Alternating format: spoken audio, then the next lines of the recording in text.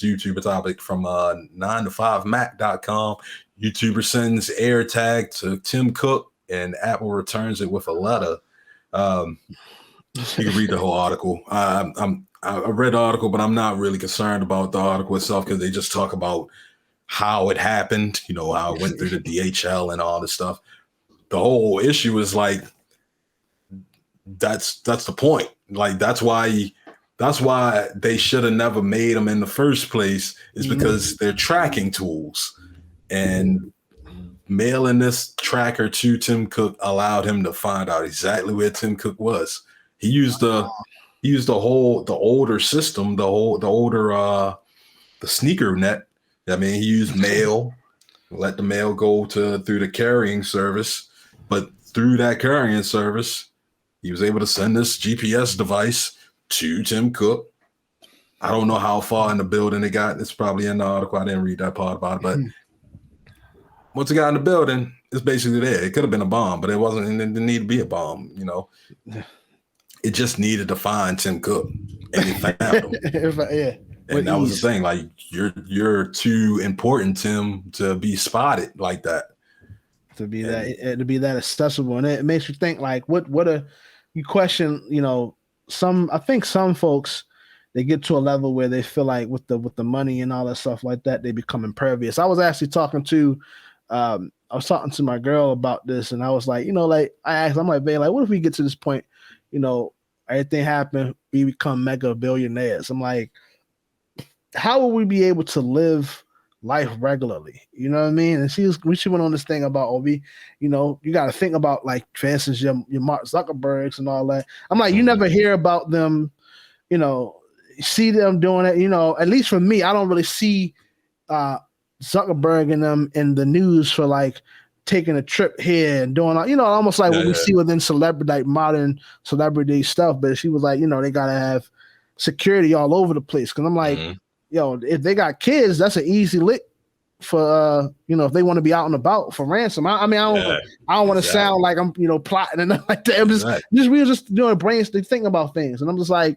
well, coming across this article, it makes me think like, well, maybe they get to a point where they feel like, they've accomplished so much that they are able to, I guess, command a certain level of blanket security without having to be proactive with ensuring that. And that's how instances like this happen, where you're right. It could have been a whole bomb that got mad to you.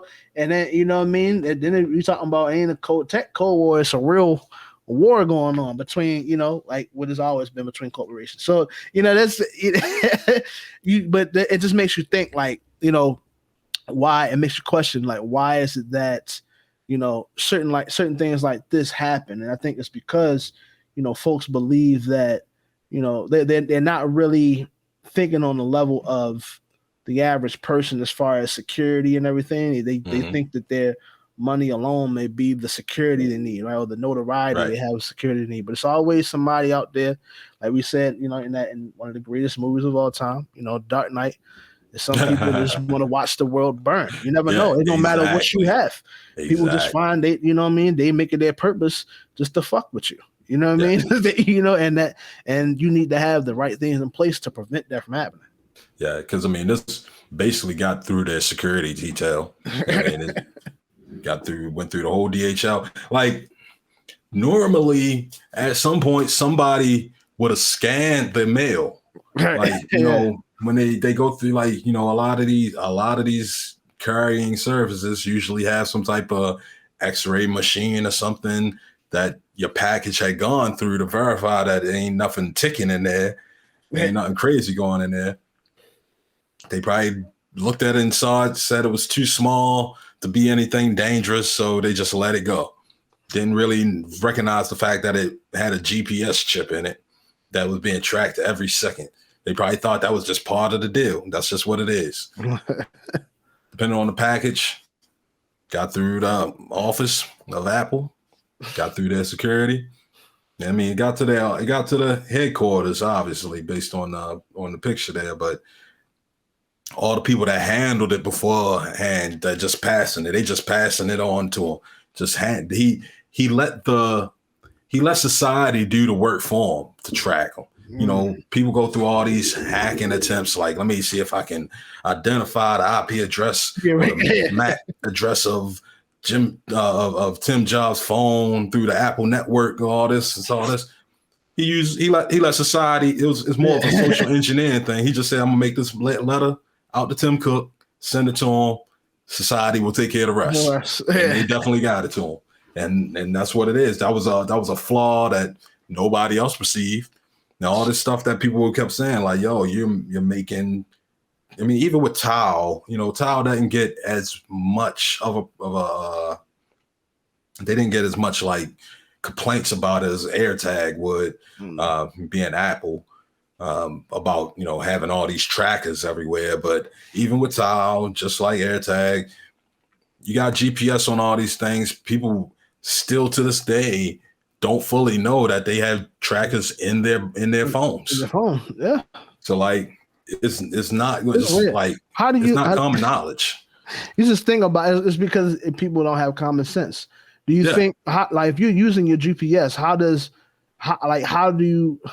Yeah, like, it's not just like a blanket map where you just directions. Like, how do you know? Like, it knows where you are. Right. So how do you think? They're not tracking what's happening. They're tracking you. That's what, right. That's tracking where you are. Okay, like they have just got access. How do you think you ask? But you know, and that's the thing. Like. And it looks, and they made it small and convenient. It looks like a little coin. Nobody's gonna know. You could accidentally, well, not accidentally, somebody could drop one in a purse or drop one in somebody's back pocket while they just at the store. And like, you know, say Tim Cook just, you know, had to go get a coffee from Starbucks or some shit with his wife or something. He just standing in line and somebody just, you know, put one in this thing. It remember it was like it's getting to this point, it's getting worse. It was like in 1996 Mission Impossible when the spy chick put like a little dot on the shirt. Put a little dot on it. That dot was a GPS. But that was before we had GPS running around like that. Yeah. Now it's basically put one in your pocket and I got you. And like, it's just a problematic system. It's more problematic because people can't control it because they're not fully aware about it, and it's more problematic because they so conveniently and small and like you don't notice that you're getting tracked.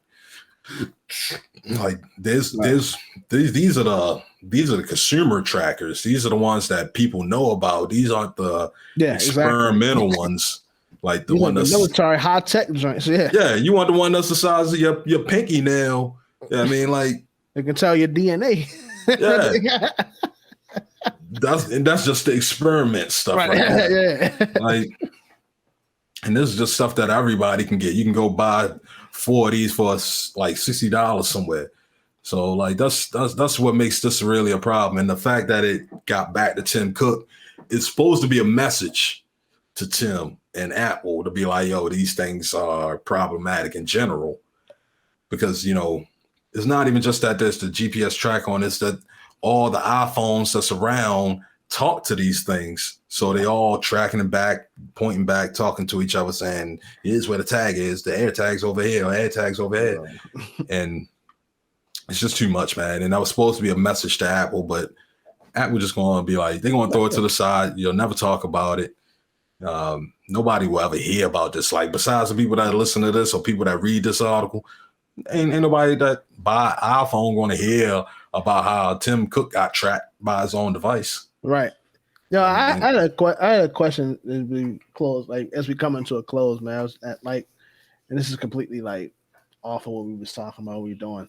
Like, what do you think personally, Mike? Which company do you feel? Which IT company you feel would be the first to fall or first to emerge? Right? You know, I'm thinking this may happen within the next 100 years. Right? Which one do you? If you're looking at it now, you have to forecast it. Which one do you feel like will be the one? It'll be the ones that don't value like utility. I mean, like the ones that care about like Flash and like Trend, they the ones that they can make a lot of profits, but if they don't ground themselves in like utility, then they're gonna flop. Like Apple has done a lot of work to try to ground themselves in utility more with like iCloud, Apple Maps, this Find My network, because that allows a whole world of tracking systems, so that even if people aren't buying a MacBook, I mean, more than likely they'll have these phones, these iPhones, these iPads, and they'll see the iPhones, even though they are as glorious as they are, as flamboyant as they are, there's a lot of cases that people still use them for a utility purpose.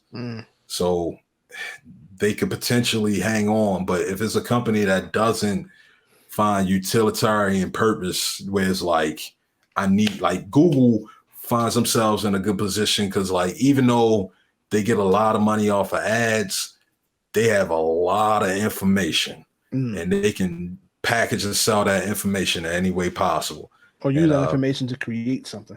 Else. Information is in itself is a major effort to collect and store and manage. And they putting themselves in a utilitarian position where they're like the librarians of society. And it's companies like that'll last, but the smaller companies that are just like app companies, I ain't got them lasting 100 years unless they become a utility. I mean, they gotta be something that integrates into society. Yeah, that's not just based off of what society is doing right now, but what society has always done and will do. I mean, we always we only a better society now because of information. I mean, 100 years prior, we weren't that smart of a country, and it showed. I mean, history, history is a telltale, man. That's crazy. Yeah. But yeah, I just want to ask you that, man. Yeah. I mean, it's hard to say what companies, and in particular, I'll be sitting here going through stocks and stuff through like Robinhood and stuff like that. Can't really say what in particular, but it's based on like what their core goals are, stuff like that. Like I don't know, man. Like maybe Uber would die out, but like Lyft would stay around if Lyft focused really on the people and not just like the money. Yeah, I mean, I don't know how they could do that with something else, but I don't know.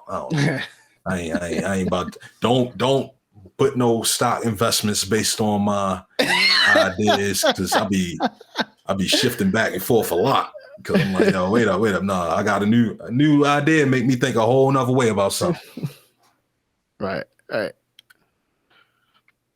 yeah, man, that's all I wanted to ask you, man. I found it interesting because we talk about how with all the stuff we talking about with your Googles and your Apples and Microsofts and Amazon. It's like you got the technology thing going, but I think it's just bound that I think we're in a different age where we are seeing, even from a corporation standpoint, people. It's almost like the way that a corporation is run, right? A way that an empire is run has also changed with the onset of infinite information, right? Whereas though back in the day, maybe in like the 1700s when it wasn't the case, they had to, it may have been numerous companies that may have been really big, but because of the lack of information, they you don't even hear about these companies, these estates anymore, anything like that. Whereas so now it's like, they have the gift of, like I said, infinite information. So it's just it's hard to tell, but I think it's a part of because like they can hold on to ideas and hold on to businesses and storage. You know what I mean? Yeah. Now that information is at a place where it doesn't have to be physically stored anywhere, and it doesn't have to be physically accessed. It's available within seconds through digital transport. It's like it changes the way that society runs. So I mean, I just find it. So I always think like whose mail is going to be eaten first? Is it going to be Apple Microsoft? Is it gonna be Amazon? You know, is it gonna be Google? Yeah, Who, that's who's like who's the one? none of Who's the those one? none of those cloud companies are going anywhere for a while because they already got hundreds of billions of dollars worth of people's information. Yeah, I mean, so like, well, trillions of dollars really. Like if you combine them, like Amazon, Google, Microsoft, the top three, I mean, they all got $6 trillion worth of people's information. I mean, so like they storing on to that until they can get people that, you know, with this whole Congress thing where they got to make everybody's data transferable from one company to the next, where they can't hold on to somebody and make an ecosystem where they can't get out of it. They're gonna hold on to that information. They're gonna make sure that people have to stay in that ecosystem and live in there, and that'll keep the money rolling.